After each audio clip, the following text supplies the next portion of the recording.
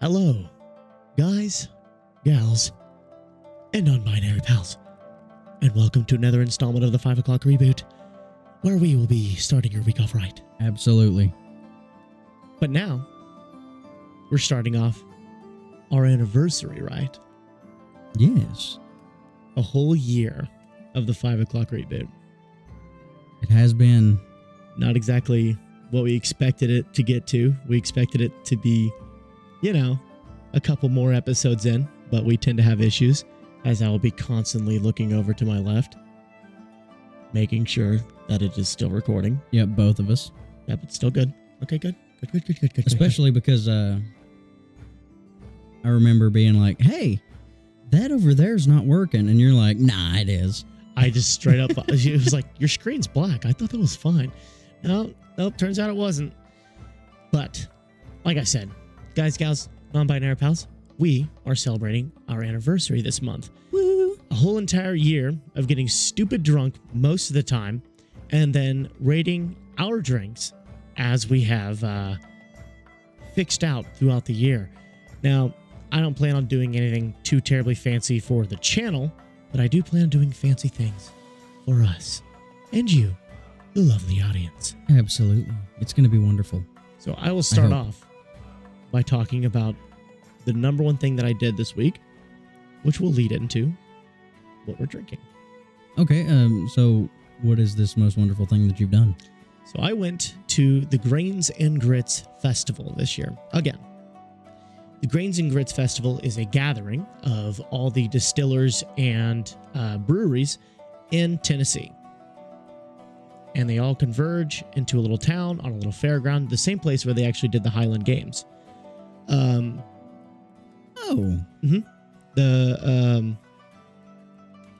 ones that, wow, my brain just shat itself. Was it out in Maryville or at GB? Townsend. Townsend. Yes. Okay. So I guess it was called the Highland Games. But that same place where I had that same exact festival, I did take some pictures, not a lot of pictures. There they are. Sober me doesn't remember to put those in.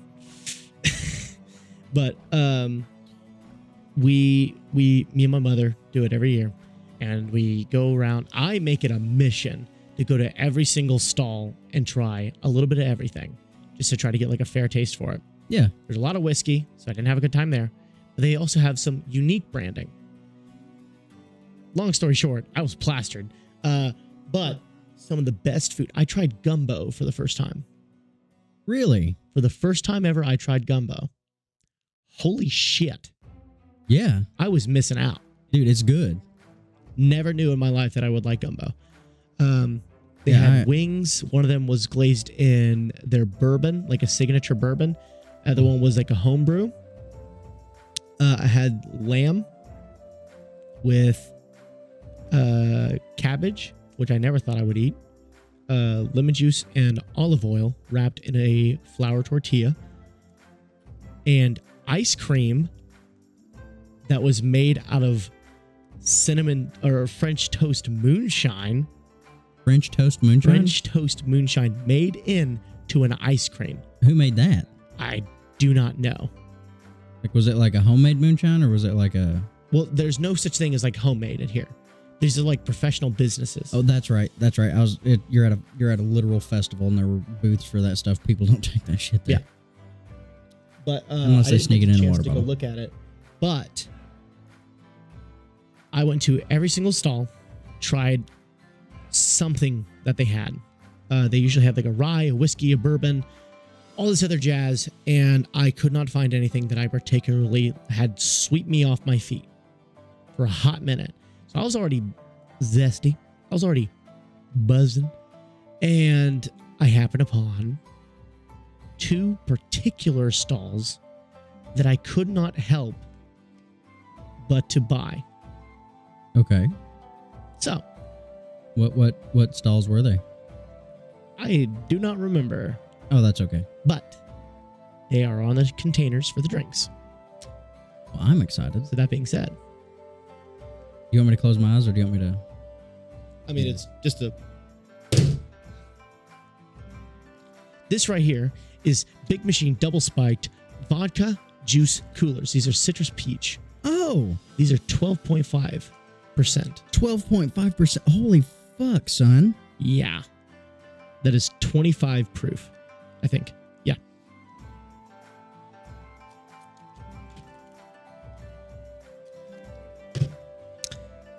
That was the last thing that I bought.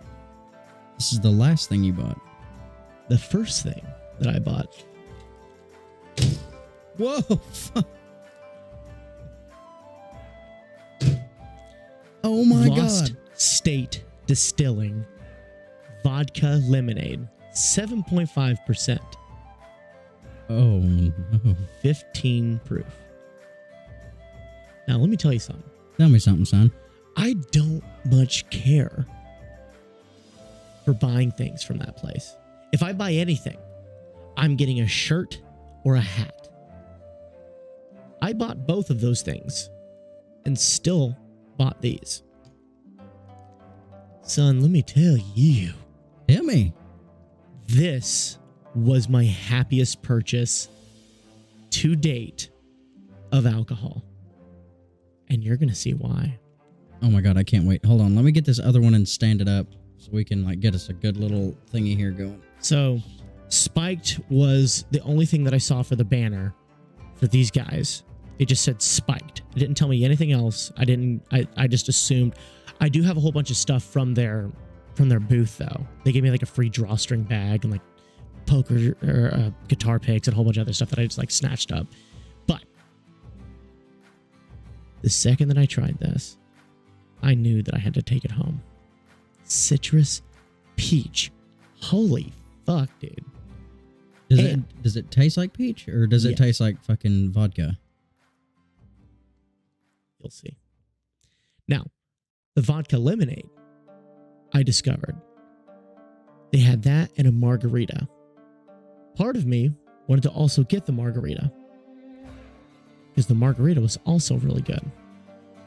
Now, if we drink these and we don't get particularly zonked, I have two other drinks. Holy shit. They're not that special. But listen, buddy, you got it. It's special to me. I got it for free. That's extra special. So, with that being said, ladies and gentlemen, I'm going to start with our citrus peach. All right. Nice little juice pouch for us adults. Ladies and gentlemen, the opening of the juice pouch.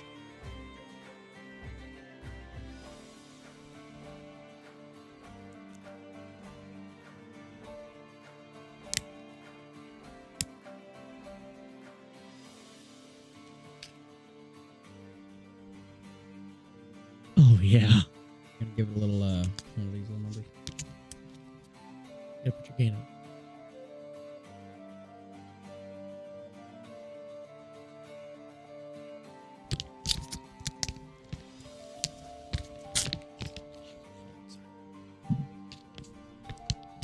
Welcome to the 5 o'clock Reboot ASMR channel.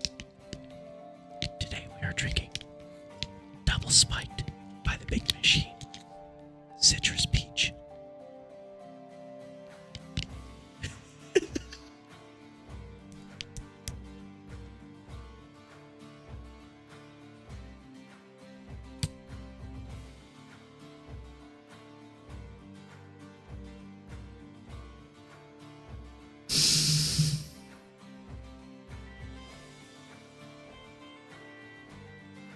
That was horrifying. I That just needed you to know because I went and it was so loud. But that was juicy. Oh, buddy. Like, I tried to match my little crinklies, which I was sitting here crinkling this while you were whispering into your mic, and in my head, I was like, what the fuck is this shit? What has it become? What have we done? We did it a done? whole year for this? No, dude, I'm so excited. Flunkies. Flunkies. Oh, my God. Hold on, there's only one way to appropriately drink this. Hi. So what you're not hearing right now, if you're listening on Spotify, is Alex attempting to drink the juice pouch like an adolescent child in a hot summer day. However, unfortunately, he is but a novice. And all this empty time was filled in between these spaces. So, sorry. Alex, you disappoint me. That is not how you drink it. Allow a true master to show you how it's done.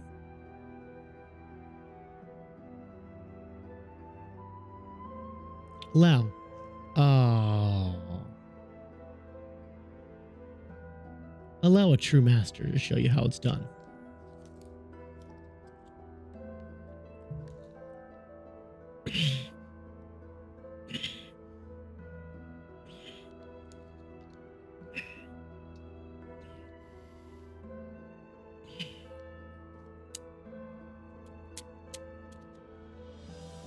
Chugging it. Not a good idea. No.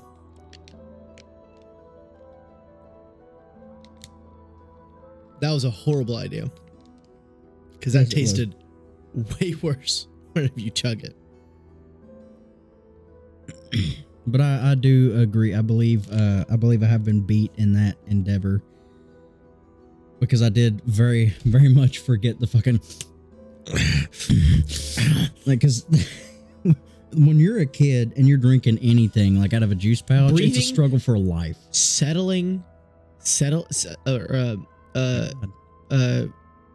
Satiating your thirst stands above you breathing. It does. And when you're like, because like I remember freaking running around outside, you know, it was the summer, running around in the grass, you know, barefoot for freaking ever. And there's just a phone case? Huh? You have a new phone case? No. Why did my brain think that was a new phone? I don't know. Anyway, you were saying? Sorry. Oh, fuck. Yeah, that chugging that was not a good idea. Yeah, no.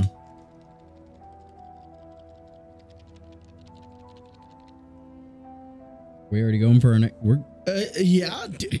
It's the anniversary month. We gotta go. It's literally the fucking anniversary, my guy. And a 1 and a 2 and a...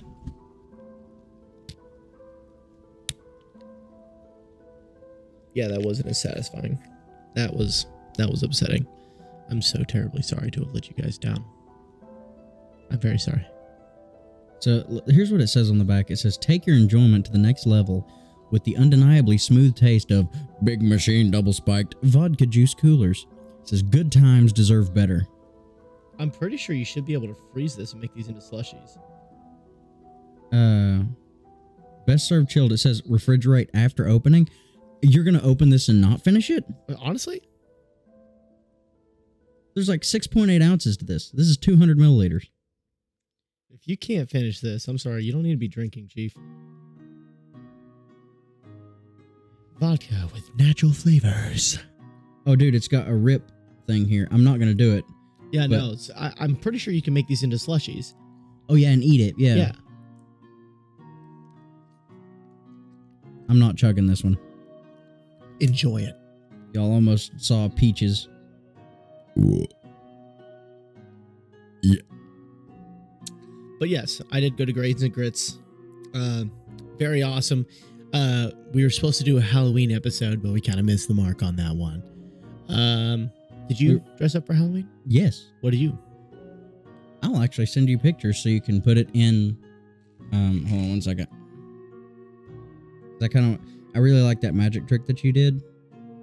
Where you made the picture kind of come up like, you know, like right here. Proceeds to forget to put it up there. But I will show you what my fiance and I did. Your fiance and you did. Hey, yo. I love it. That's homemade, buddy. I love that. Mermaid Man and Barnacle Boy. And we actually, we got kitchen gloves, like from Walmart. And got green tights, and I wore one of her Spanx. Got some slippers from Walmart. Got some pieces of felt paper. And that's what I cut the shells out of. And she actually cut the star and M and rigged all that up. My little buddy's a amateur cosplayer now. Look at him. Listen, I want to get into it. Like, I just haven't. I love that. That was awesome. I'm going to text that to you right now. Now, as for me, I actually did 2 separate costumes because I was at work for 2 separate days because I worked for Halloween. Didn't want to go trick-or-treating or anything fancy like that. I felt like making money instead of going trick-or-treating. That is a sign that I'm becoming old. I was Beetlejuice, which, to be fair, like my first iteration of Beetlejuice, the hair was awesome. The makeup, so-so. My 3rd generation Beetlejuice, the makeup was great. The hair, so-so. Just a bald cap and then hair. But then my 2nd day was my coup de grace. Coup de grace, absolutely. Coup de grace. I did Heath Ledger's Joker. You put that on your Instagram, right? Mm-hmm. Prosthetics and all. That looked fucking good. I was ecstatic. As you should have been. That. I've had that for 3 or 4 years, probably longer than that. Just sitting in my closet. Never used. Until Halloween. Such a perfect time for it. And I've never done my makeup before. That was my first attempt at my makeup. Well, you did very good with it.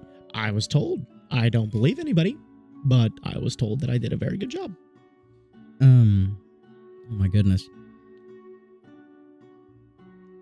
Yeah, it's really, it was kind of funny, because I had to work on Halloween because we had started getting ready for this next thing that we're currently doing now. Yes. And some of the people that I was working with before were like, hey, because they're on my team now.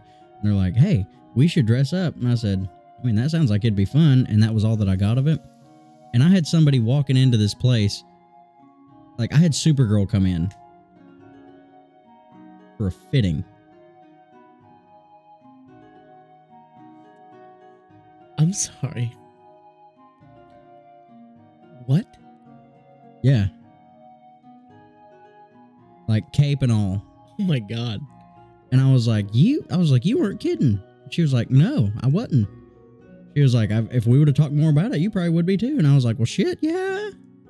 I thought about going as Thought Patrol, but we let it be. Yeah, I understand. Boy, that thing hit me hard. Yeah. I'm already feeling it, man. Probably wasn't a good idea to chug that. It wasn't, but hey. It's the anniversary. It's the anniversary. Oh. Nikes. Anyway. That'll make up for your blunder. That is a grade A. It is grade A if you sip it. If you chug it, on the other hand, you taste the vodka. Yeah, the vodka hits kind of hard whenever you chug it. Vodka puts it bad. Like vodka puts it in me, and I don't like it. Yeah, no. Now, whenever this episode airs, it'll be the week of our anniversary. Absolutely, and I am so excited for this. But yes. But what? I planned something a little special for our anniversary. I obtained 2 drinks already for our anniversary. Something special and something not so special. Swear to fuck if you got rain. I swear to fuck if you got rain. That shit. You got rain. You got one of them 2-gallon bottles for like $10 of rain. I know your head ass dead.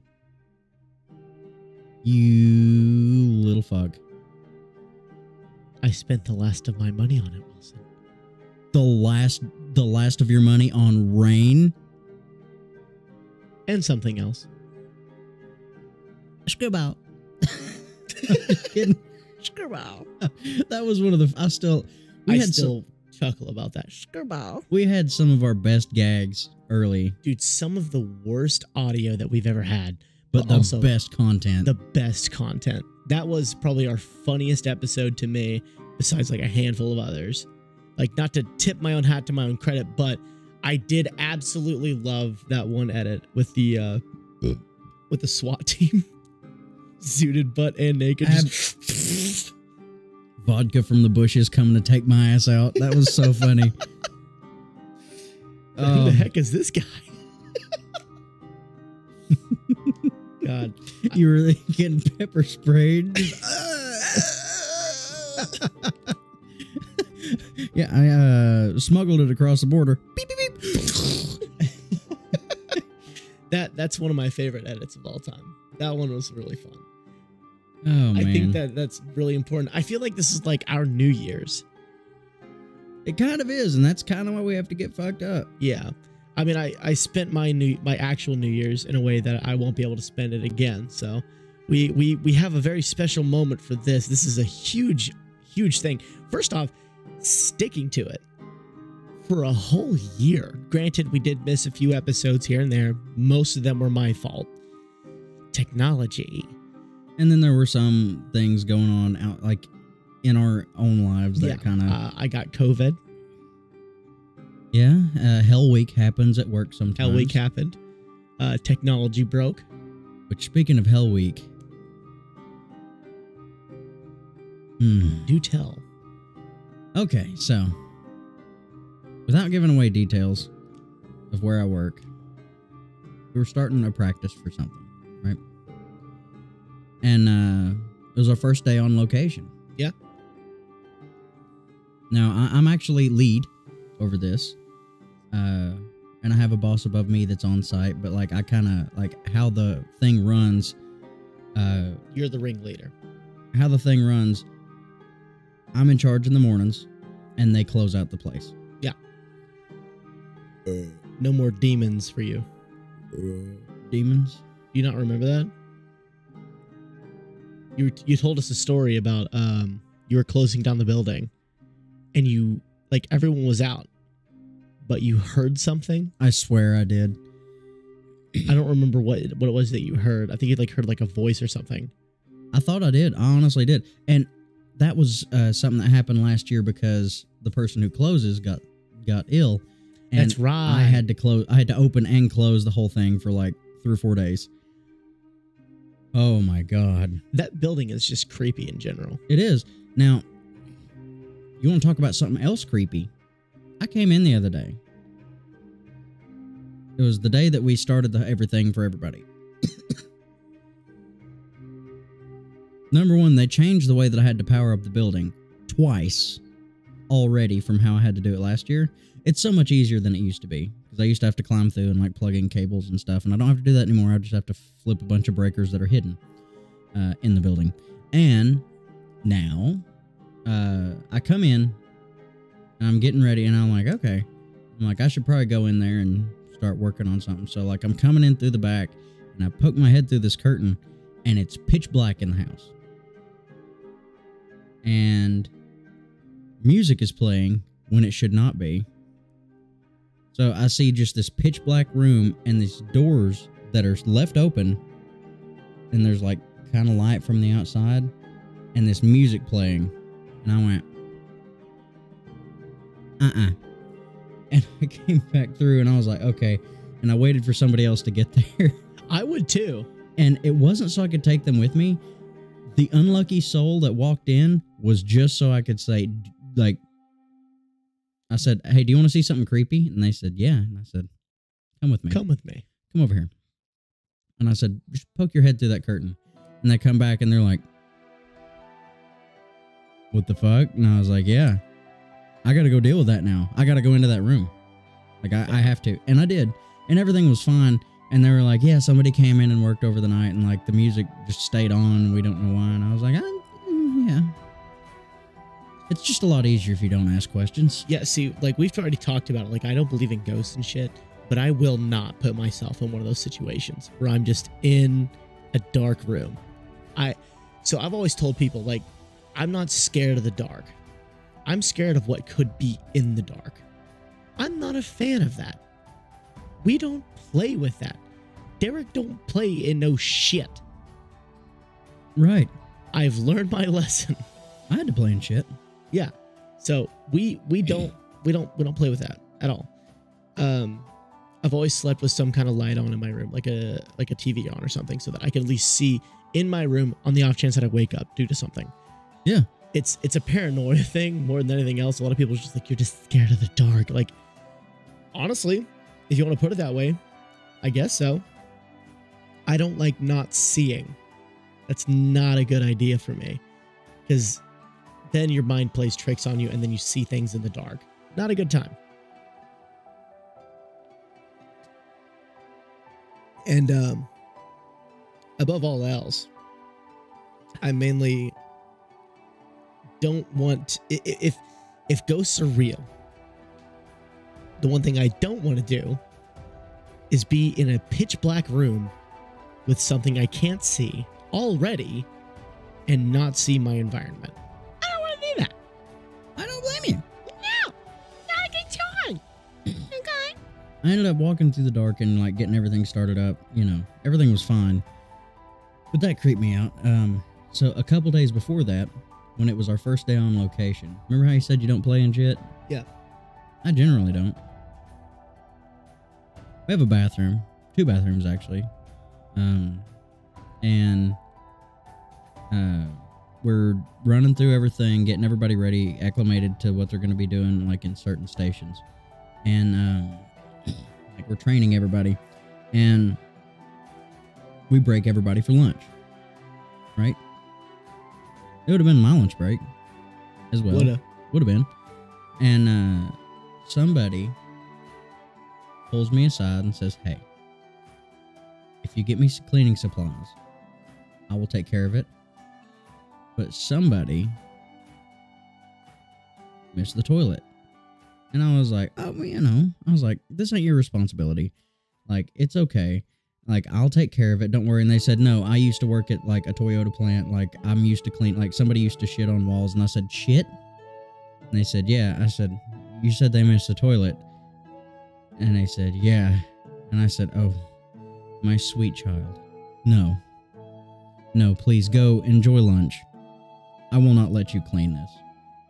And I made sure they were gone. And it was me and my boss. You know, the other boss that's on location. And I look in there and I'm like, oh, okay. It's no big deal. Because I was like, it's just a little spatter. Little something on the side of the bowl. No problem, right? So, like, we get some stuff. I glove up. Like, couple gloves. Rags that shouldn't be disposable, but became disposable. And I hunker down. Like, number one, it would knock you over. Like, the whole hall stunk. The whole hall stunk. And I was like, okay, you get in there, it's game over. If you got a weak tummy, you're out. And my boss was like, ever since she had COVID, she has a weak stomach to smell. And she tried to help as best as she could. Blessed be. She did what she could. But, like, she's in there and she's like, you know that cough. And I was like, I got this. I used to work as a busser in a restaurant. I had to clean the toilets. We're good. And I had my jacket. I took my jacket off, literally tied my jacket around my head like a freaking ninja mask. And I'm in there and I'm like cleaning the bowl. And the floor is usually like it's an old floor. So like there's some like spots on the floor. And I was like, okay. And I was like knelt down over here and I was like cleaning. And I looked down and I'm like, no, that's not a spot. There was a fucking pile on the floor. Down the bowl on the floor, Derek. I'm curious. There were no logs. Do you have a perpetrator? I am almost 100% certain that I know who it was. Do we know them? You don't know them. I know you don't know them. Because there's only one person there that I know would do something like that and not claim it. I actually don't work with anybody that you know. Fancy. New crew. Man, the times have changed. Yeah. But there's a couple older gentlemen. And I'm almost certain that it could possibly be one of them. Do you know who I miss? Who do you miss? Jim. Old Jim. I wish that I worked with him right now. I miss Jim so I miss much. Jim. I caught a shuttle ride with him one night, and I said something, and he said, "You've got the dialect." And I said, "Yeah, Jim." I said, "I reckon I do." And he and I talked about it for a minute. He said, "There ain't too many people now that have it." And I said, "I know." Like my day meeting the crew, they were like, "Oh my God, I love your accent." Oh my God, say something. And one of the older gentlemen was like I said something. I was like, trying to talk about this church that I used to go to. I was like, "Yeah, it's between." I didn't say between. I said like it's betwixt, And he said, "Oh, he's a betwixt." I said, "Yeah, it's in this holler." He said, "Holler?" Ah. And I said, "Yes, sir." And he said, "Yes, sir." And I was like, "Fuck off." And he said, "Hey, now." None of that. I'm just kidding. I didn't tell him to fuck off. He's a good guy. I thought about something just now that would break Jim's heart. The fact that we're getting shit-faced? No. Something that, like, he was rooting for, but isn't happening. Very sad. Anyway. But long and short of this whole experience, my immediate boss ends up, like, having to run out. Like, she runs out I'm and pretty gets sure she sick. was retching. No, yeah, she literally threw up and called our bosses, including the skinny man. The skinny man. That we know and love and fear. Oh, God. I saw him in person, and I said, "You better love me." You better fucking love me. And like we told him about it, and he was like, "God, I owe y'all a shot." And he was like, "I owe y'all a shot of tequila on my dollar." And I was like, "I'll take it too." Do you ever talk to him about me? I miss him. I think I told him that you miss him, but then he had to run off because he's not long for any singular position. Yeah, he doesn't ever talk to me, so very sad. I miss him a lot. I would go drinking with him, honestly. It doesn't even have to be about I'm sure if you got a hold of him and was like, "Hey, I literally just want to talk to you," it doesn't even have to be about work. I'm sure he would love to talk. Probably. I don't know. Ever since everything that transpired, I feel like I lost the kids in the divorce. It really feels like that. Oh, buddy. It really feels like I lost the kids in the divorce, and I'm just like, well, shit. Like, I got this one. Yeah, no, you got this one. I was like, I got this. I birthed this one, so this one belongs to me. Yeah, you and our good buddy Trey. Man, I freaking love Trey. Apparently, he had some really good stuff happen for him lately. Really? Yeah. Like, he had a really great, experience, and it got everywhere on the social medias. Really? Yeah, people were saying, "Hey, seek this guy out." Was it when you for come the to visit. line of work, or was there something else? It was for his work. Really? And, people were commenting and stuff and being like, "I'm going to look for him next time I go." I love that. That makes me so happy. Good for him. Man, I remember working with him back at the Tomb. That's actually where I met him. And I remember, because he wasn't working there in the beginning, whenever I first met him, he would just come and hang out, because, everybody was cool with the managers at the Tomb. The managers at the Tomb were some of the coolest motherfuckers on this planet. I would sit and talk to one about D&D for hours. I would get, we would close down at 10. My gain was too loud. They didn't hear me say, I love that. Oh, I got you. But I remember closing down, getting the doors locked and everything. We would turn the lights out, and then we would go to the back so people wouldn't see us standing there. Or sometimes we would just sit in the dark place. And, he would tell me stories of what was going on in his D&D campaign. They actually, the people that were in that campaign, the guy that was DMing it actually made his own tabletop RPG. It's called Hands of Ether. There's rules for it and everything. I remember this. I remember this contest. And their podcast is still going fucking strong. If y'all are watching this or listening to this, and you like role-playing games, tabletop RPGs, hardcore, check out Lavinland.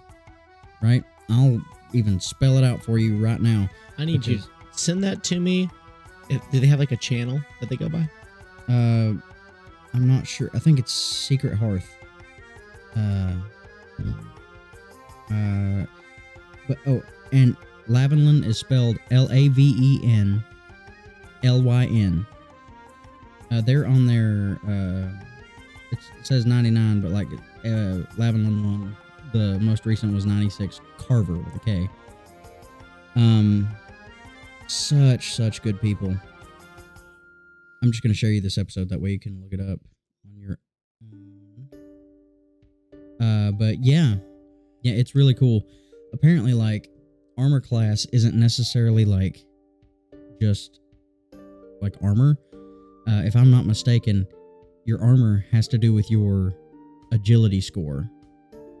Because, like, you got to think in combat, your ability to, like, twist and turn to, like, manipulate your armor to the best defense. Yeah. So instead of just being like, I'm wearing thick armor, they can hit me anywhere and it won't really hurt. You know what I mean? But, oh, thank you. But it's like, can you dodge these attacks and do all this other stuff? Dude, you know what I fucking miss? I miss our D&D. I miss our D&D. I miss D&D in general. Okay, so our friend Ty, who's been on the podcast, yes, has mentioned that our other good buddy Josh has been doing D&D stuff. He has. I actually talked to him back in the spring, and he's got like a whole campaign with a lot of people at the workplace. We need to get in on this. It would be very fun. I still don't know what all happened with that. Our D&D went through so many changes. Our D&D went through a metamorphosis. Deadass. And I felt so bad because Josh was a fantastic player, but we had some bad apples spoil the bunch. A bad apple. Particularly. Is that the reason why he left? Yeah. And I do not blame him. That singular session. That singular person.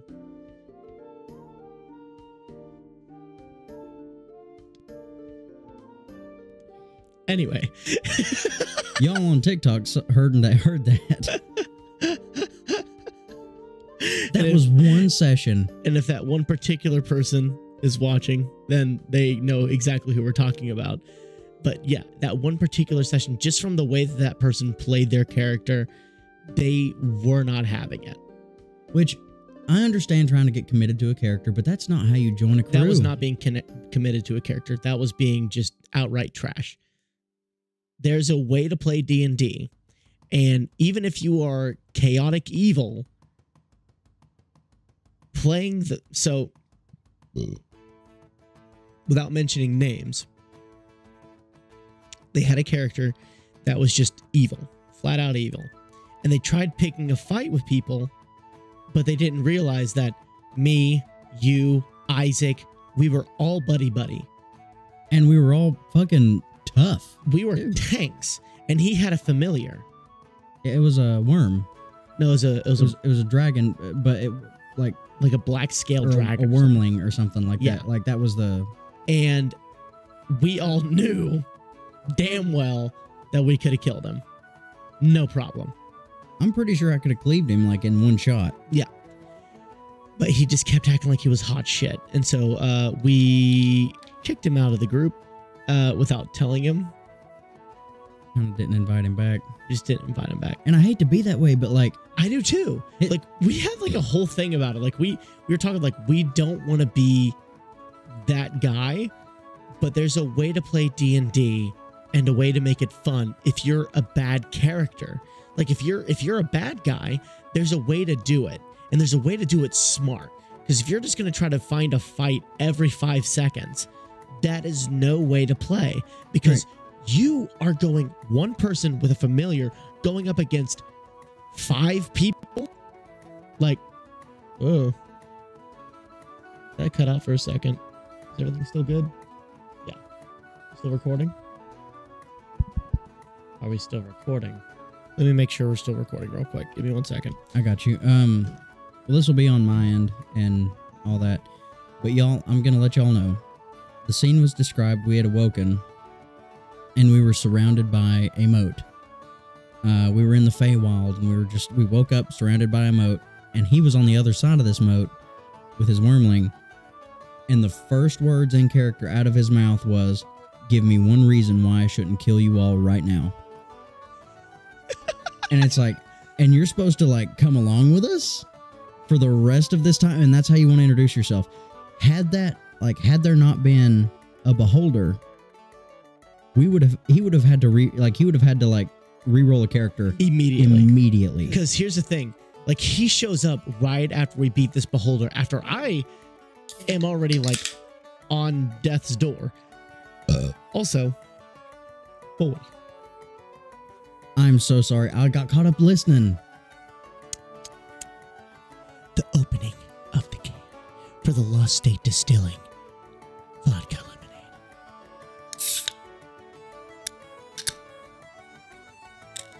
Oh, that came through on mine a little bit. Also, mine was still crisp as fuck because I'm pretty sure my gain is up. You might want to turn it down just a little bit. But I was thinking. But make sure you do keep paying attention to the level of volume. 100%. Oh, if I don't hear myself whenever I talk, I'm fucking with it. Yeah.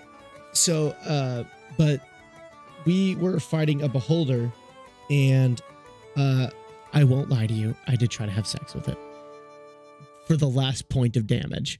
Like, even me, the player, didn't know that it only had 1 HP, but I knew it had 1 HP. He was like, "This thing is on death's door." I was like, "All right, cool." So I kick out and I swing with my pee-pee erect, and I go to shove it into the wound, and then I miss, and then it breaks in half, and then I'm falling as I'm turning into stone, saying, "Why are we still here? Just to suffer. Every night I can feel my penis." Yeah, and we rolled for. Okay, so y'all, we rolled for dick size after this encounter. After the encounter, because like we were already in the settlement when we rolled for that.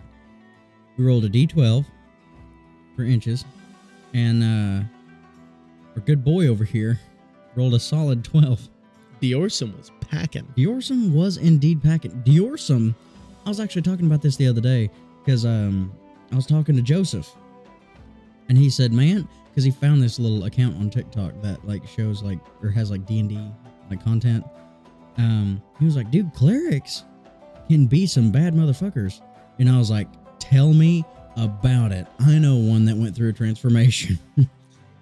Like in the beginning, Diorsum was like, everything comes with a price. And then at the end of it, he was like, "I will pay the price for what I'm going to do to you, and I don't care. I do not care what happens to me. I will give everything." Dude, I still think about that session. That session was hard, man. Like, you want to talk about... So we already talked about it before, but Diorsum lost someone who he had to pay a debt back to. And he was also at a point where all of his friends were going to die if he didn't do something. And the first time he does it, he gives up everything that he owns. He says, they say, "What are you willing to pay?" And he says, "Everything." And all of his belongings gets taken from him, and he gets channeled just this raw power of Joaquin. And he still loses the fight, to be fair, because first off, he's in Ravenloft, where you're not supposed to be able to use your god powers anyway, to an extent. But he was willing to give everything, and he did. But then, whenever Bamf died, we thought Bamf died. No, he was dead. Oh, that's right. He was dead. I cast Spare the Dying. I cast Resurrection. Healing Hands, everything. And nothing worked. And Joaquin said, "What are you willing to give?" Bamf was in a fight he didn't need to be in. For reference, Bamf was a griffin.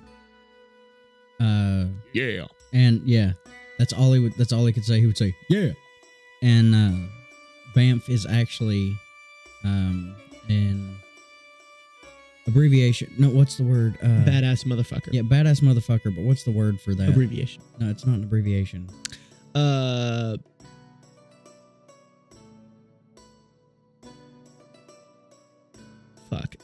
I gotta Google this. Anagram. Anagram? Is an example of... What did you just Google? Acronym. Acronym. I said scuba is an example of... And the first thing was just a definition of scuba, and noun is an aqualung. But acronym, it is an acronym. Acronym. For badass motherfucker. Badass motherfucker. Something that Marcello picked up. Yeah, because I wasn't there the session that y'all decided to get in the carriage. Right. And when y'all did that, I was like, oh, fuck, I've got to find a way. And I went to the stable, and the guy didn't have any horses. He was like, there's one. He's like, there's a griffin. He said, but he's like, it's not tamed. It's not tamed. And I tried to, like, get to be friends with it at first, and, like, it slashed me. And I was like, fuck. I was like, but I have to do this. So I cast Speak with Animals, and I talked with it for a second, and I said, now you listen right now. No, listen, I ain't no. I need this. I need you. And, like, I was like, I can get you out of here. And it was like, yeah. Yeah. Long and short, I showed up at this, like, whole house. After they showed up in a carriage, I landed on the roof with a griffin. Just fucking majestic, like, all right, what is he doing up there? Dude, a Goliath fucking paladin on a griffin? There is nothing more majestic. That is straight up, like, in the grace and the might of the Lord. Like, dude, I had so many Sabaton moments. That was straight Sabaton. Campaign. That's one of the things that I freaking love about Adam. And those of you who have listened to this show know that Adam is absolutely legendary because he gave everybody that moment to shine all the fucking time. You know what I mean?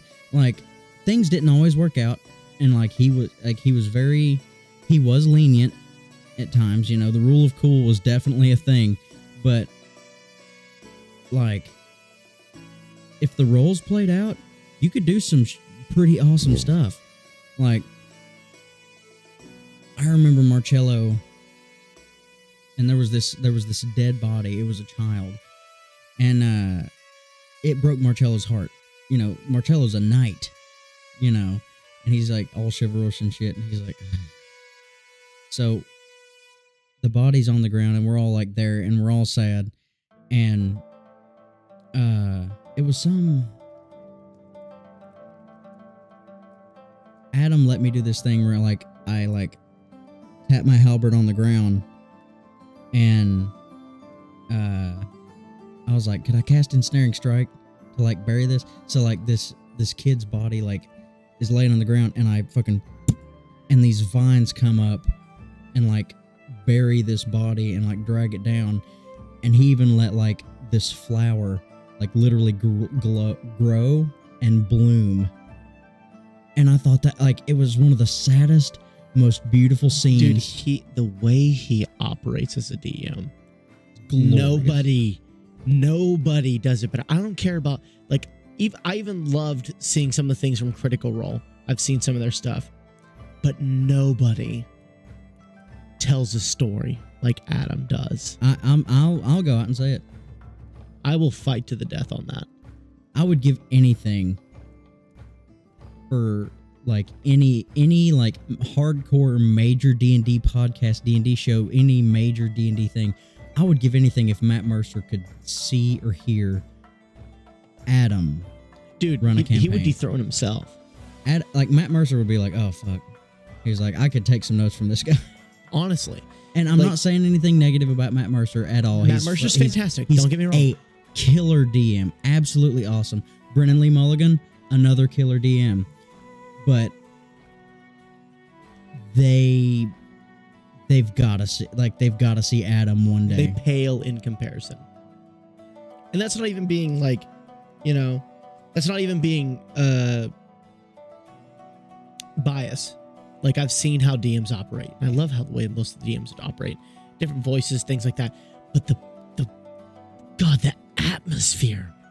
The atmosphere alone. He plays music, plays sounds and things like that. That scream. Oh god, the fucking scream. I get chills today thinking about that scream. Like, you could play that right now and I would get goosebumps. I would get goosebumps. And it's how he could describe these scenes. And it's his voice, literally everything. Everything that Adam did and does is just gold. Like, there would be days. What if we what? Started a second podcast with Adam and the gang, and we did D&D. We talked about this. We have talked about this. I would like to do another D&D. I was part of a D&D podcast once. We have talked about this, but sorry. The podcast that I was a part of, I wish that I would have been able to stay with it at the time, but that was when time was few and far between with my now fiance, and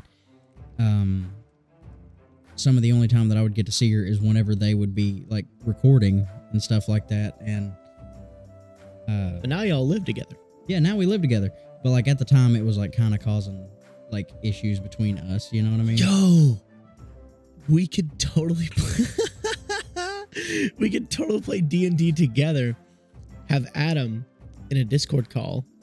We all sit in the same call, and we could all play Discord. You could play it beside me, and we could play the honor system by doing that too. So like, no one would be able to roll faulty throws because we'd be able to mediate each other. That's true. It'd be good to get a third party member. Yes, we need to summon the crew. We need to get people to start building their PCs or just getting it on their phone. If they got it on their phone, we could do that too. It'd be a little more difficult because I'd prefer everyone have their own computer so that they can just all record through Audacity on their own and then be able to run it through that. Because if we did that, oh my God, buddy, let me tell you, that would be gorgeous. It would be so nice. I would even take it a step farther. I would be more than happy. I took notes throughout the entire campaign. I would be more than happy to run a campaign of where I just simply spin the yarn of what happened from then to now, to simply get people caught up on our campaign and continuing our Curse of Strahd campaign through a podcast. It'd be so nice. Dude, did I ever tell you about the campaign that I ran in college?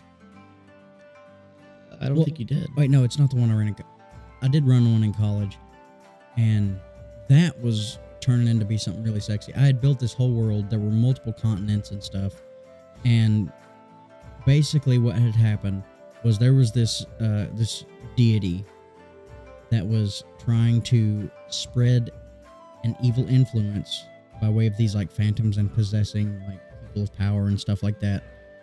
And they were trying to spread their influence throughout the world. And then they would devour it. Like, the whole thing behind it was that they were trying to do that like on the DL, and then whenever the other gods would see how wicked the world was getting, they would, then they could be like, let me just end all of this, like all of y'all's suffering, and then they would devour the world because that was their end goal. You know what I mean?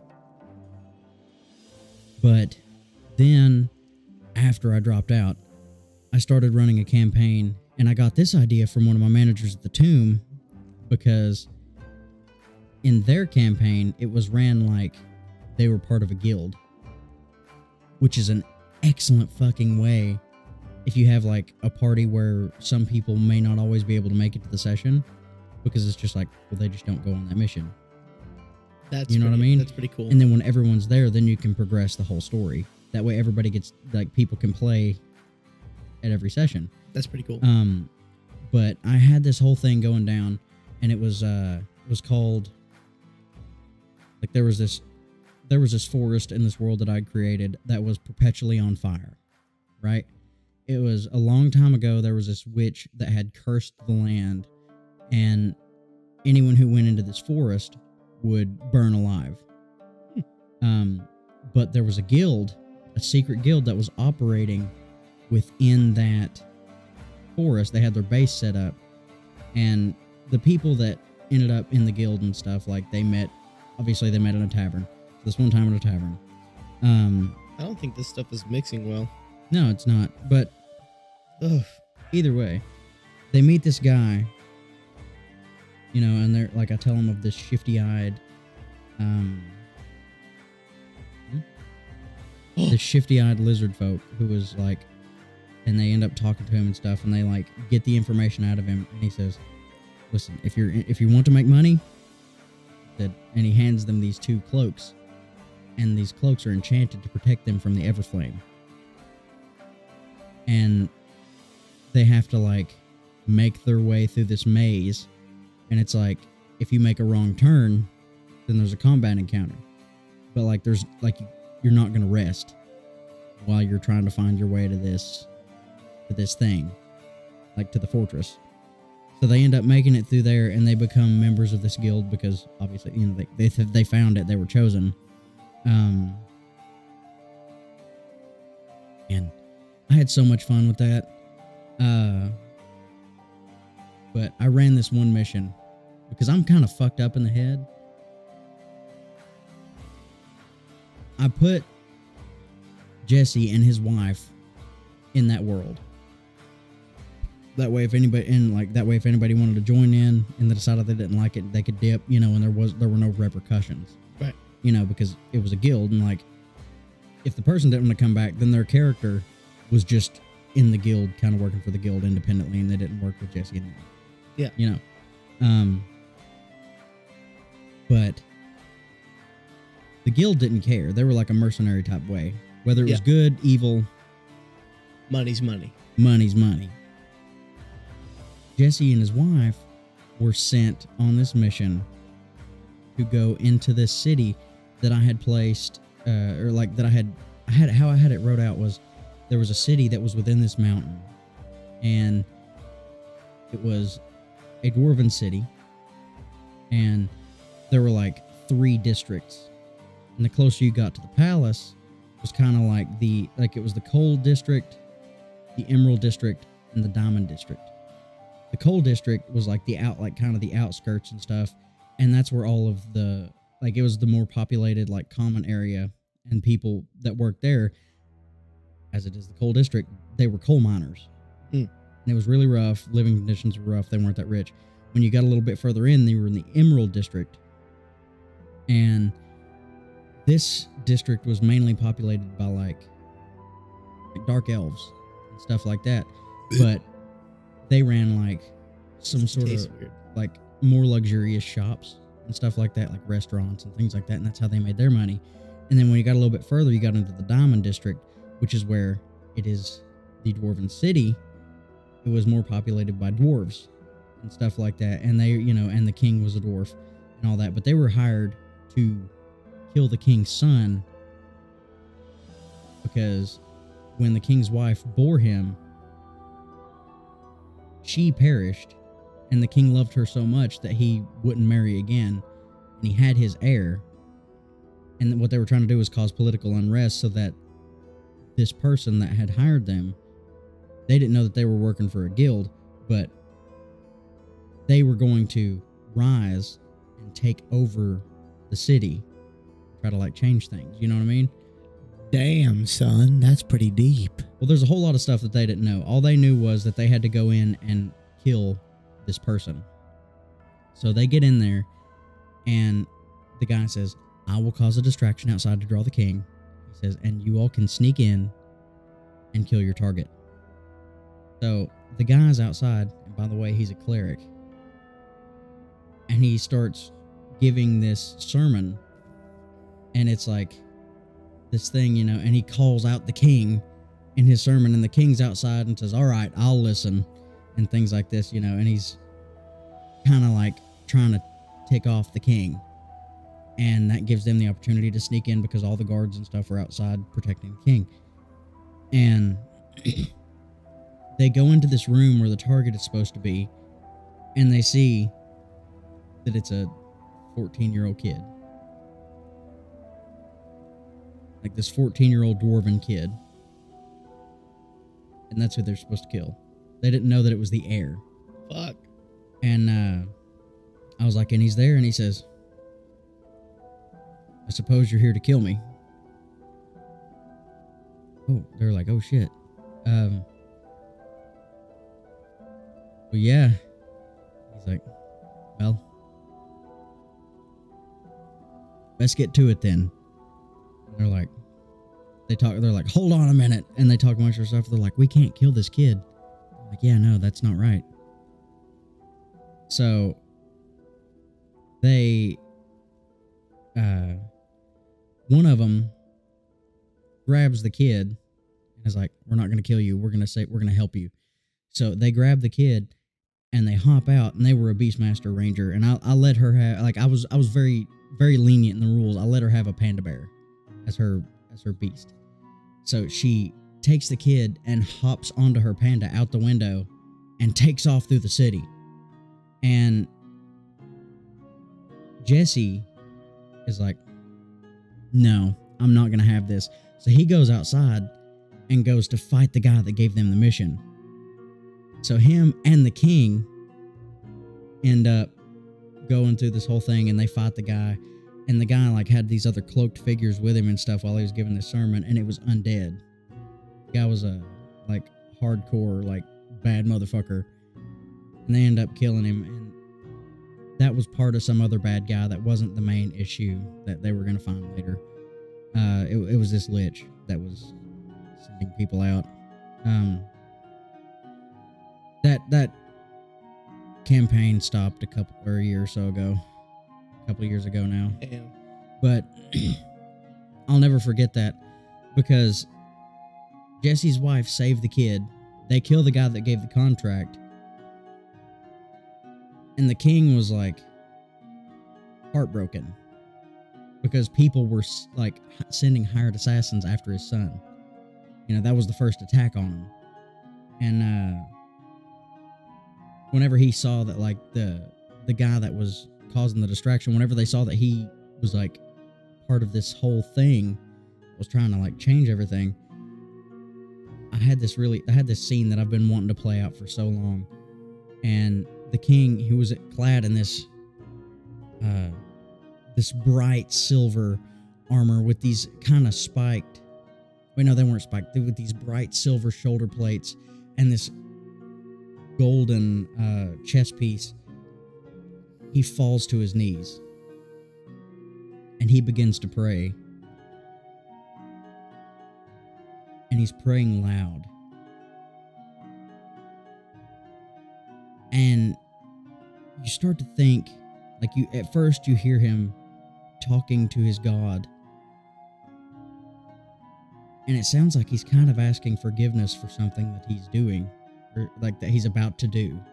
And you lose the words that you're hearing as you see him praying, because you see this dark energy begin to pull up around him. And this shadow comes out of the ground as he's praying, and it begins to seep into his armor.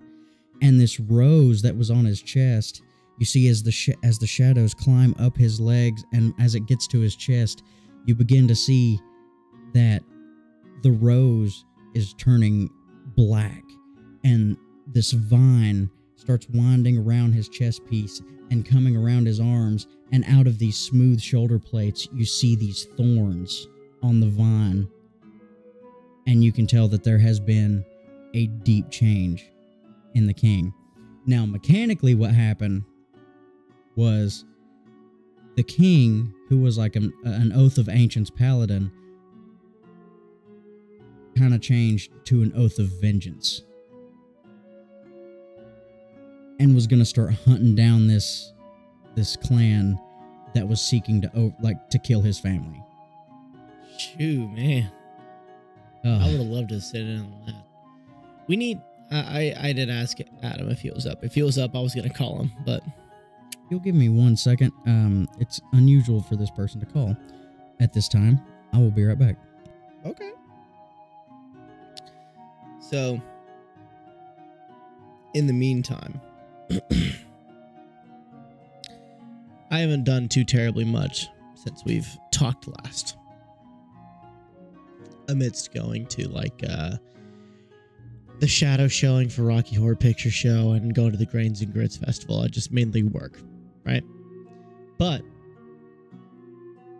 I have slowly been going on more and more adventures with friends.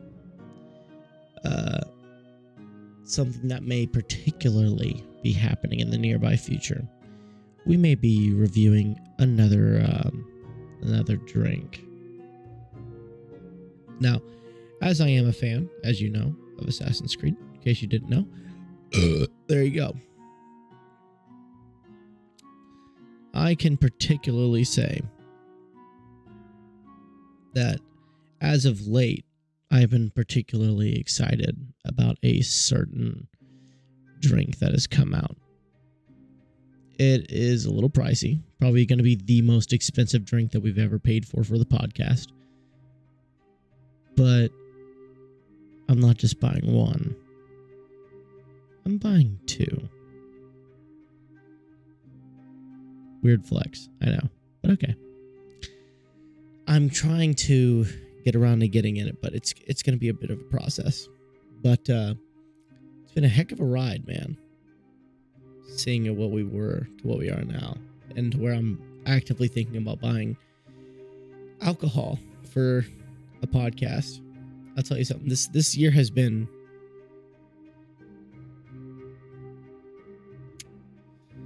for lack of a better word, this year's been interesting. We've done so much and we've been through so much throughout the entirety of the year. We've reached our peaks and we've reached our valleys for this particular time. I think that it really draws into perspective what's going on in the world today and how exciting it's becoming that we've done so much and we still have so much more planned. A lot of different upgrades and a lot of different things that we've been working on so far. I mean, we started as an idea. We started recording from our houses over Discord. And we moved from recording there to moving to recording in-house. And I remember that being such a huge deal. And then we moved from recording at a semi-permanent location to a absolute location, which is my place. That is huge. And we just keep getting better. I bought a new thing for game recording, and hopefully we'll start getting into more gameplay soon. We're planning on it anyway. And the big thing about it is, like, the more we've done, the more we're getting better. I mean, we now have better microphones. We're getting better equipment. We're doing all this, that, and the other. And I mean, it's been positively fantastic what we've been getting done so far. I couldn't agree more. I was just gushing about the progress of our podcast thus far. Oh, yeah, the changes that we've made in a year. And just the year in general. Like, it's been some peaks and valleys, man. Hardcore highs and lows, man. Very hardcore highs and lows. We dealt with our own demons. We fought them, you know, and we stuck to what we wanted to stick to. Being able to sit down once a week, sitting down, drinking, talking about whatever we wanted to talk about. You know, most people nowadays, they find like a particular niche that they like to talk about. And I'm very happy to say that we don't just stick to one topic. We talk about whatever we want to talk about. And even whenever people ask me, like, oh my God, what's your podcast about? I'm like, we just sit down and drink and talk about whatever we want to talk about. Therapy. It's great. Whenever I tell someone about the podcast, I'll be straight up. I'm like, we're not topical, other than alcohol. But like the general gist that I tell them is like, we try out a new drink every week. and we show you what happens after you have a bunch of said drink, and then we rate it and see and tell you how good it is, or bad it is. But like, it is definitely something that's great to listen to. Like, if you like something like funny stuff, if you like stories, and also if you just kind of like having something to listen to, like while you're cleaning or while you're driving or while you're doing anything, you know what I mean? Because like, I feel like you're with us genuinely whenever we record this podcast, because like, yes, it is just me and you in this room, but like, I feel like we have like a room full of people just willing to listen to talk about our day and what we've done for the whole week. Absolutely. That's very important, because we're just two ordinary guys who just live our life day to day, clock in, shut up, we clock out, do that whole thing. We go on adventures as well. As a matter of fact, later on in the beginning of December, I'll be attending 2 major events. One of which I know is one of the conventions. Yes, I'll be going to Yamacon this year. But I will also be attending a concert. Whose? My first ever rave concert ever. That's one of the artists is Sullivan King. We're heading up to Michigan. Me and Zach. Hell yeah! Me, Zach, and then 2 of our other friends at work are heading up to Michigan towards the beginning of the month of December, and we're going to be attending that little festival there. It's very exciting. Very excited for myself personally. I've never really traveled to Michigan. Don't know what's going on up there. Never been. But I know one thing is for a fact. It's cold. One thing that we're doing 100% absolute. What is it? Whenever I was a child, I lived in Indiana. Muncie, Indiana, to be specific. Growing up, we used to go to a restaurant called Pizza King. I told them it is my life's mission, my due diligence, to go to Pizza King before anything else. So on the way up, we're going to Pizza King. I kind of want to stop by my childhood home, actually. Give me 1 second here. See if I can contact my brother and tell him to give me the address for that. Because that right there would also be really cool. Shut up, Facebook. And Facebook really does need to hush. But anyway.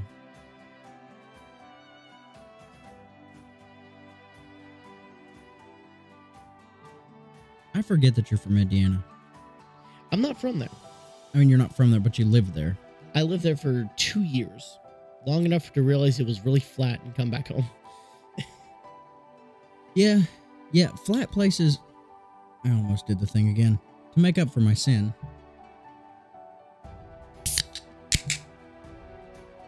Oh, fuck.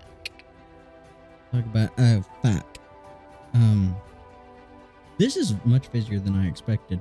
But anyway, yeah, I'm glad that it's fizzy. Weird. I'm glad that it's fizzy. It is very lemonade-y. I get like a different taste on the front. The nose is like lemon, but like not like lemon, like lemon juice from those little containers. Oh yeah, it's very.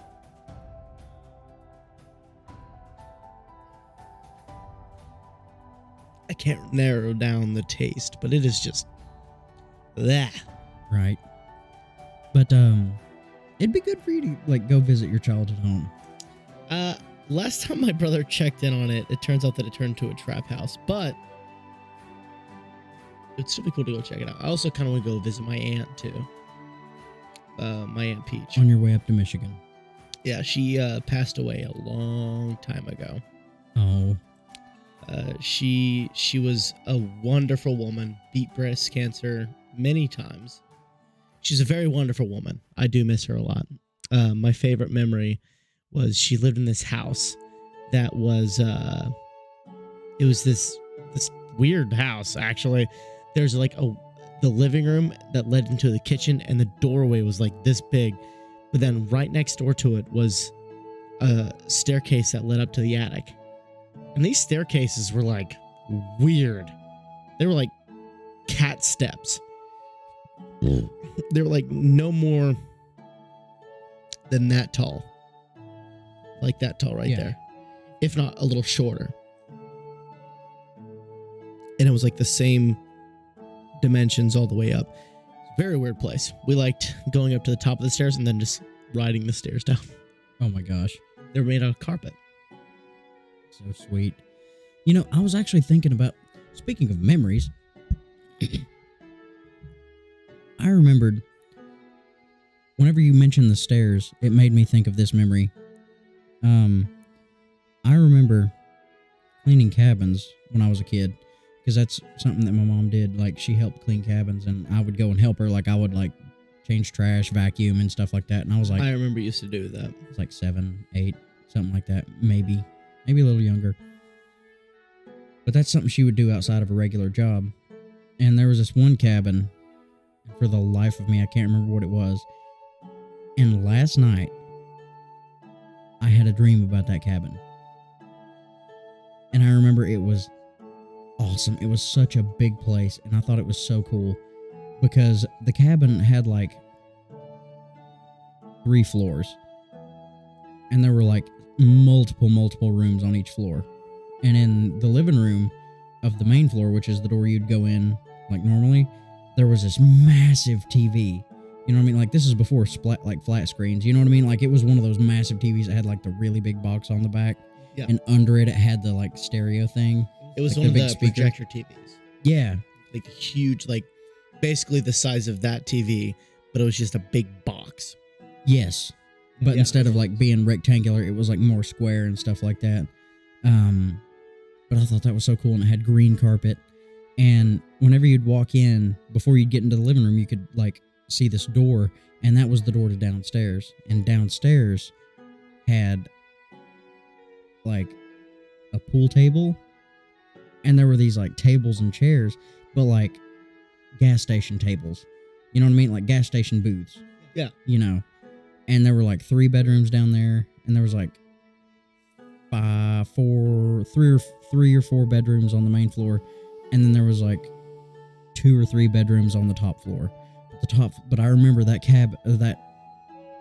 cabin house, whatever it was, had these cloth steps, and I remember sliding down on my butt down every step, you know, slowly, because like it was fun. Yeah. You know, I'll tell you a time that was not fun sliding downstairs. I can tell you a time as well. There's a cabin out in Wilson Holler that I used to go camping a lot when I was a kid. And I want to go, like, now that I'm an adult and stuff. Because I went into my, like, early teenage years as well with my dad. Yeah. When my brother and dad and I would go camping, most of the time was at that cabin. Now, it's not like cabins today, y'all, that have... luxurious types of cabins. It's not like the cabins that have all the fancy features like fucking running water and electricity and stuff like that. It was a proper cabin. Yeah, like the coolest thing that I had in it was a wood stove, and I loved that, dude, because we used to cook breakfast on that. So, I've been watching a YouTube channel where a guy will go out into the wilderness and he will go ice fishing. But what he does is he will just put up a tent in the middle of the woods, and he has a wood stove, little stainless steel wood stove that he used to make all of his meals in too. Like, he just lives in this tent, and that wood stove is so efficient that it warms up his entire situation. Mm-hmm. That is so cool. I remember staying in like minimum cabins where they were no electricity or anything. I miss those. Those were the coolest, where you didn't have to worry about using your phone, technology, or anything like that for entertainment. Your entertainment was the woods. Yeah, you know what I used to do to have fun? Me and my cousin Braden, because he would come sometimes. There was this tree that had fell, and it was kind of like crooked. And we would get up on that tree because, like, the drop was fall enough to, like, feel a drop, but, like, not hurt. But then again, you were a kid. Nothing hurt when you were a kid. You know what I mean? You'd smack your head, get impaled. You look around for a parent and just like, nah, I think I'm fine. Yeah, you'd like be bleeding like hardcore and be like, wow. Anyway, back to sword Very fighting sad. with these sticks. Very sad. But anyway. Like we used to get up on that fell tree and we would sword fight on it because like there wasn't enough room to like step forward or back. You just had to step, like you had to sidestep. You're basically recreating Pirates of the Caribbean. Yes. That's probably where it came from too, because this was your teenage years? This was back Younger? whenever Braden and I used to do this, I was like 9 years old. So this is probably around the time that Pirates of the Caribbean came out. But we would do that, and I remember we used to play Army Men.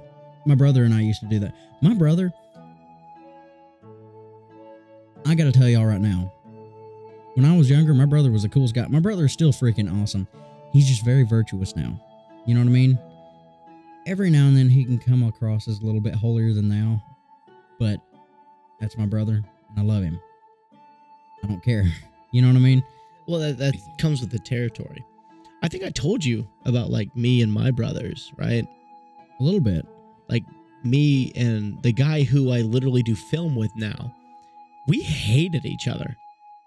Like we fought all the time. Even tried to like kill each other. Oh yeah. Like legitimately tried to take each other's lives. And now we're thick as thieves, man. I'm gonna send you a song that you need to listen to called Brotherly Love, and it's gonna hit you where it hurts. Is this payback for making you watch Cyberpunk? No, it's a happy hit you where it hurts. Oh. If you haven't seen Cyberpunk Edge Runners, you need to go see it. It's on Netflix. Very fantastic. But now, Alex, we've been running off the clock a little bit. We certainly have. I'll tell you something. This is a fantastic start to a new year with us. Absolutely, it is. I'm very excited. Dude, process this for a moment. I was talking about it earlier while you were gone. This started from an idea. It did. It started from a text in a group chat. It started from a you up text in a group chat. In the group chat, you said, I want to make a podcast. And I texted you, DM'd you, and said, what about? What about this? Yeah. And we didn't even know what we were going to have a podcast about. At first, you were like, and then you brought up the drinking. And then you were like, but I don't have a name. And I was drunk, by the way. I was fucked up on crack and rum. And you said, it's a drinking I want it to be like a drinking show where we just drink and talk. And I was like, I was like 5 o'clock drinking. Like, I texted 5 o'clock reboot. I said, we can try another name if you want. Then it stuck. But then think about this. Yeah. This time last year, we were ironing out plans. Around this time, we more than likely already filmed our first episode. Let me look up. Hold on. I'm going to pull up our channel because the first episode aired a week after we recorded. Videos. You'd have to click on it, yeah. Sorry, I was where it was last I listened to it. The first episode aired December 6th. December 6th. So So this is whenever I was trying to figure out like how to edit it and everything. Yes. Because we officially launched the channel on November 17th. And that's when you made the account and stuff. Yeah. So around November 17th is like when we started. And we didn't record. We recorded that night? We may not have recorded that night. We recorded November 31st. November 30th. Maybe. I believe. Because I know that you turned out the first episode a week after we recorded. That's why we have like the week. Yeah. So whenever we started that, we were recording in our rooms You were hunched over in the corner of your room, having to smuggle in your alcohol,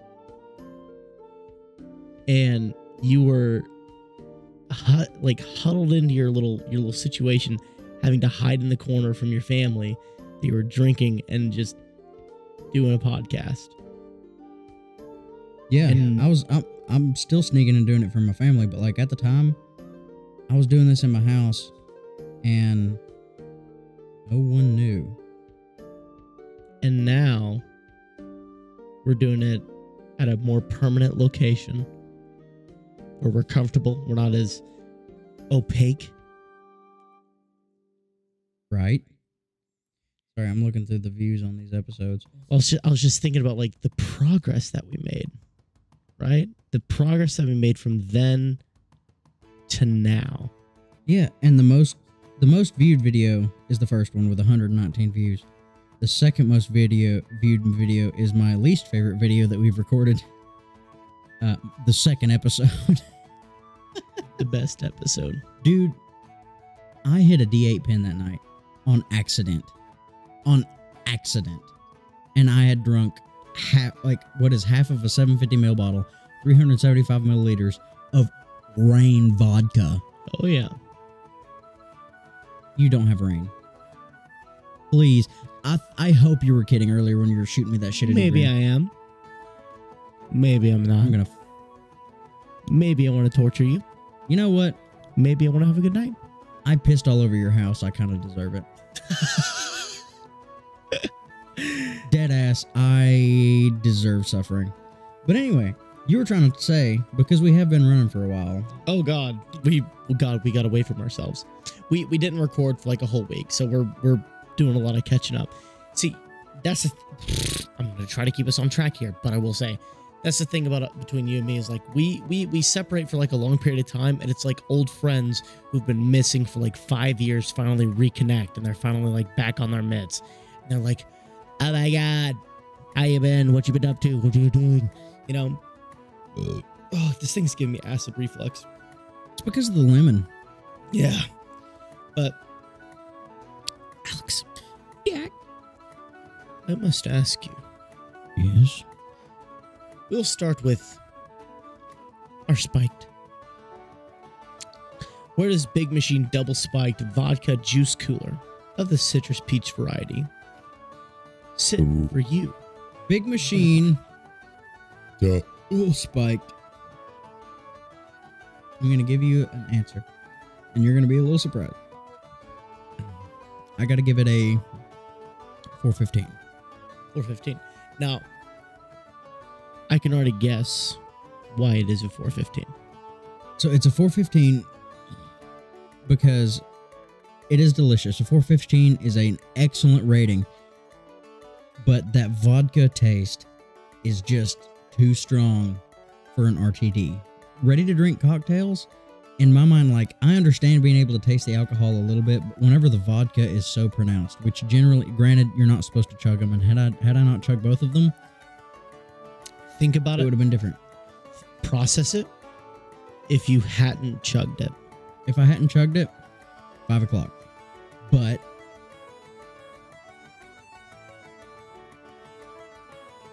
I'm trying to be fair for everybody here, because the taste is so good on the beginning that you are going to want to chug it if you don't know any better. To be fair, it is an RTD. RTDs are not meant to be chugged. Because you'll have things like twisted teas, things like that, where you can just pop it out. But whenever you do that, you're still going to taste the alcohol. That's true. That's true. But even if I were to chug a twisted tea, it would not be as pronounced as that right there. And I'll tell you why, because I've done it. And that's over twice the strength. So I think it's still your choice, still your opinion, but respectfully, I'll have to disagree. And I completely understand.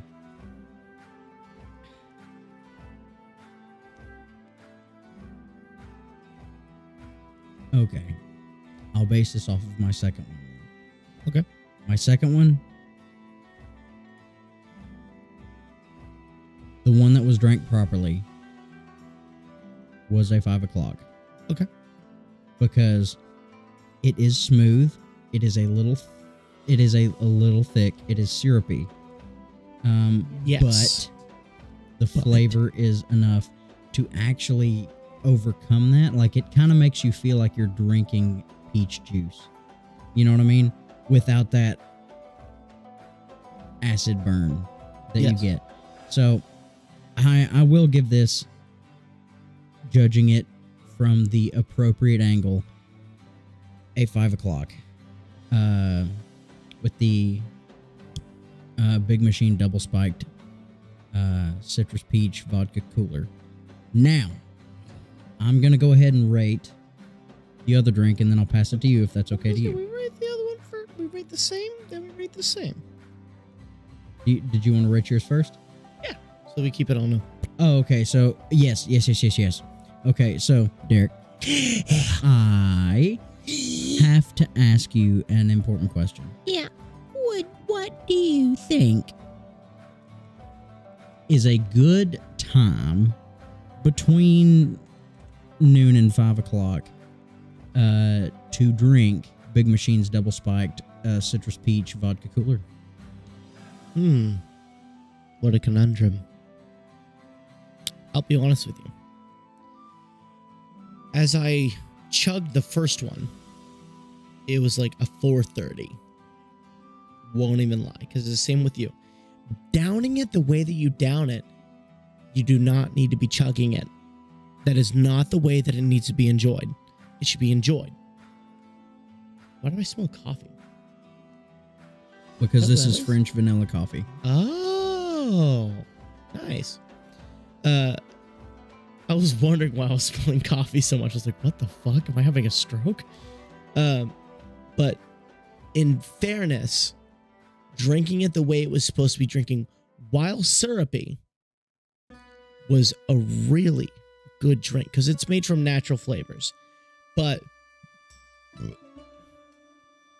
the peach flavor is naturally a dominant flavor. That's the thing that confuses me, though, because it contains no juice. I'm sorry, what?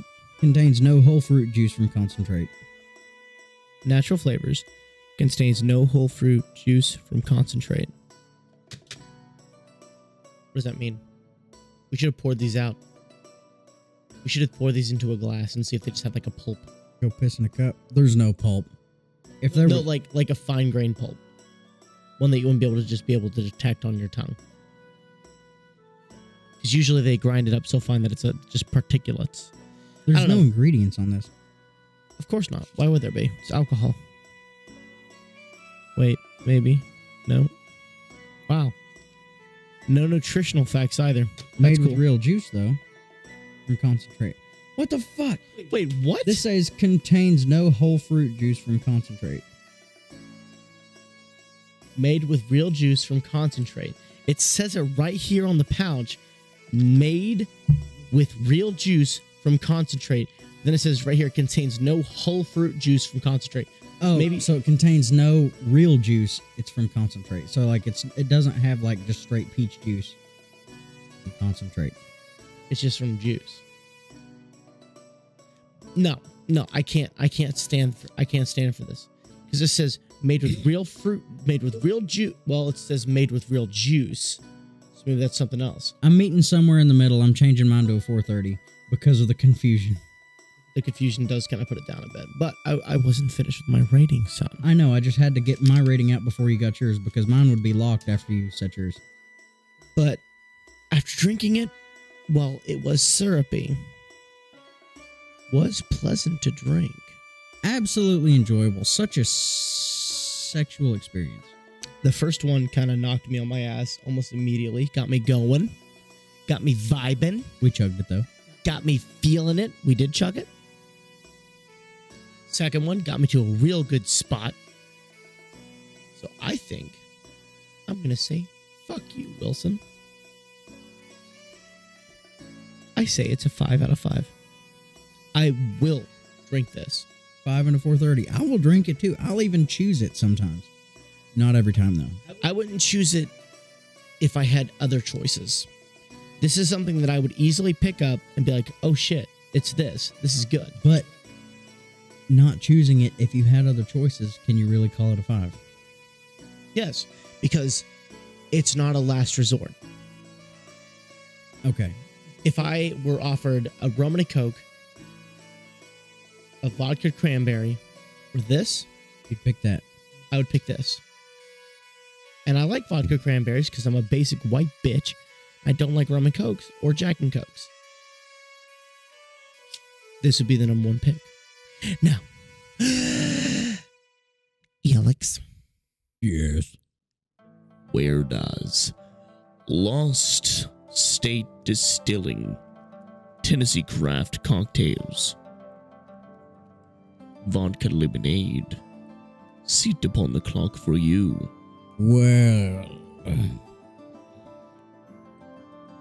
I must say Yes, do say. that it lies a wee bit Huh? now. Now? For what? We got banned on TikTok So again. y'all on YouTube and Spotify, we literally just now got banned on TikTok. And we had like 20 some odd viewers this whole time. For what? I have no idea. But anyway,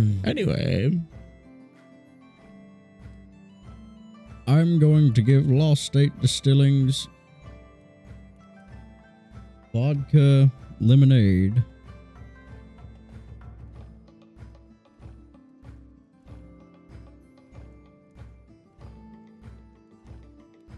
I'm actually going to stay firm with this as a 415 because the peach was way better. Even though it was a little confusing giving it the 430, Lost State Distilling is hitting 415 because it is delicious. While it is delicious, it's not nearly as pleasant, not nearly as smooth. The fizziness is nice. I do like the carbonation, but it doesn't taste like lemonade. It tastes like lemon juice. I agree. I'm not getting any alcohol, which is great, but it literally kind of burns my tongue. My tongue feels weird because of this. But it is delicious.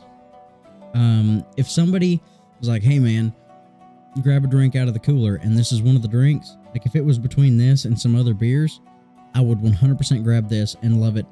I actually like this better than I like Twisted Tea, which Twisted Tea isn't lemon, but it is kind of an RTD. Yeah, it's very good. A 415 hardcore. Now, Derek. Yeah. What is the question that I want to ask that you're thinking? I know what you're thinking. What does you want to ask? Oh my God, Alex, just go ahead and tell us. Well, I'm going to ask Derek right now. Derek, where does Lost State Distilling's a vodka lemonade lie on your clock? Oh my God. I never thought you'd ask. Well, allow me to freshen the palate. Cheers.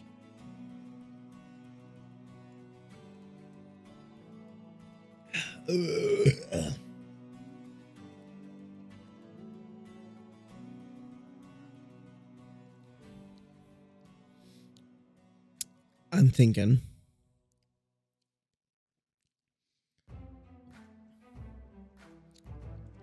I'll have to disagree with you. That's all right. I'm thinking 350. Very specific. It's Because wanting to be that for, but it's just not for you. it's really cutting the crust. Crust. So the drink itself is semi-pleasant. Because like you said, it tastes like just straight lemon juice. It does. I do not enjoy the fact it tastes like flat out I took lemon juice out of those weird packets that looks like the lemon, opened it, sprayed it in my mouth. It tastes like fermented lemons, which is where I don't like. And due to the, I'm guessing the acidity, it also is, it is also giving me significant heartburn. It's mixed with real lemon juice and cane sugar, filtered water to produce a citrus refreshing cocktail. So it is real juice. Maybe there was just an imbalance in the batch or something. I don't know. But this particular batch that we have was straight alcohol and lemon juice. Now, don't get me wrong. I love lemon juice. I love lemons. I'll eat a lemon raw. I don't give a fuck. But there is something about... I dropped my other vape. There is something about the fact that it just tastes like raw lemon juice that I really cannot get behind. It gives me heartburn. It is a delicious drink. Do not get me wrong. Right. The reason it's a little different is because you do get that hint of vodka, but barely, which is enough to set it slightly behind lemon juice. Well, I think it hides behind it well. So we always talk about zooted butt and naked hiding in the bushes. This is a near perfect example of it. Yes. You don't taste the alcohol. But as I finish this, I can already tell that I'm a level different than what I was than before I drank it. That's not even just from drinking these. I can tell physically that I have reached a different form of sobriety. Drinking just that alone, and even drinking over time. I took my time drinking it because I tried to get past the fact that it tastes like straight lemon juice, or for some reason my brain kept saying feet. It's probably because we touched toes. Probably. But 350 is about as good as I can give it. Fair. Will I drink it again? Yes. Is it a last resort drink? Probably. But that being said, yes. Alex? Yeah. What are you wearing? Now, Derek, I need you to know that the weather is fair. And rather than last episode where I was on the peak of a mountain, I'm in a meadow. And the thing about this meadow is that there are hills around which are providing beautiful scenery, and the grass is about top of shin high, and it's soft. It's not that rough grass. You know what I mean? That like kind of cuts soft. you. It's soft. There are flowers. There's a beautiful fragrance in the air. But I couldn't honestly tell you that I am naked in this situation, because I'm not. I took a pee in high grass once, and that was my lesson. So, worrying about chiggers, you ever got chiggers? Thankfully, I've never gotten chiggers Well, before. I took a pee in high grass and got chiggers on my groin. Oh. Red bumps, fucking bites, itching for days. I had to bleach underwear to get rid of them. So, to protect against that, I'm wearing some very loose sweatpants, but like not loose where they're dripping, and underwear. I'm not wearing a shirt though. The weather's far too fine for that. Oh, for sure. But I am loose sweatpants, underwear, socks and shoes. I'm not zooted butt naked, but I'm comfortable. I'm very comfortable right now. Nice. So Derek. Yeah. I have a question for you. Yeah. On this, the first of our anniversary series of episodes. What are you wearing right now? Now, Alex. Yes. Vodka has a very different effect on me to you. I certainly know it. I'm a native vodka drinker. However, you drank 3 drinks and some change. I've finished my last one. You've drank 4 drinks. I've only drank 3. Alex, Yes. I'm going back to a memory. Memories. Hop in the time machine.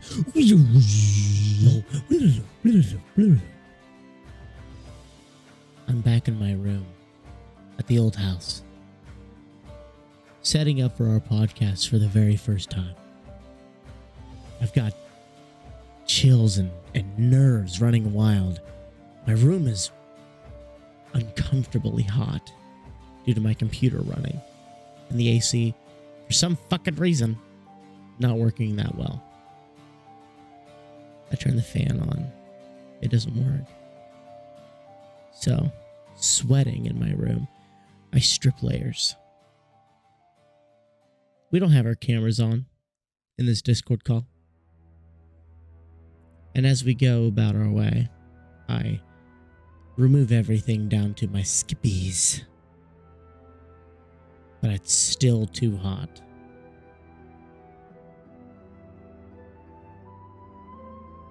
I peel. And then Spencer shits on the floor. If you didn't hear that, that makes no sense, but it should now. I am recording a podcast with my good buddy Alex. On day one. On day one. Drinking some Scuba. Scuba. I am finally cool and comfortable. Sitting in my chair, my throne, I can say, without a shadow of a doubt, my friend, I am zooted but naked. I am right where I need to be. Ooh. We are at the pinnacle, the heavily sought after, the legendary, told by the ancients themselves, brought to us on scrolls of parchment and gold. Zooted but naked. Yeah. Now, ladies and gentlemen, guys, gals, non-binary pals. Before we end this episode, guys, gals, non-binary pals, I have a quote. A quote? Because I thought we were trying to do this, so I looked one up just in case. I did forget. Now, guys, the quote of this week, before we end everything out, by Dale Carnegie, is people rarely succeed unless they have fun in what they're doing. Which is one of the reasons why we still do this. Words of wisdom. From Dale Carnegie. Guys, gals, non-binary pals, thank you so much for a fantastic year. Absolutely. We would still be here without you. I won't even lie. Deadass. But you guys are the main driving force. Hearing people talk about the podcast still to this day, that they'll still listen to it and talk to us about it, is warming. Beyond all measure of what you guys could even imagine. Hearing people say that they love our podcast warms a piece of my heart that I never knew that I had. You guys have provided us with support and love throughout this entire fantastic year. And I'll be honest, I don't see us slowing down anytime soon. Oh no, we're still going to be making improvements to our hardware, the equipment, the content, the drinks, and the stories for sure. The stories. So, y'all, thank you so much for sure for hanging in with us for this year. Hang in with us for many more to come. Yeah. Now, guys, gals, non-binary pals, as we've said it for the third time now, we would like to thank you so much for listening. If you're not subscribed already, what the hell are you doing? Subscribe to the YouTube. Follow us on Spotify. We are funny sometimes. Sometimes. Yes, absolutely. Join the Discord. All right. We are there. I promise. And y'all, like, comment, subscribe. I'm telling you, we're here to have a good time. Join in with us. Y'all, with that, we will catch y'all in the next one. Bye.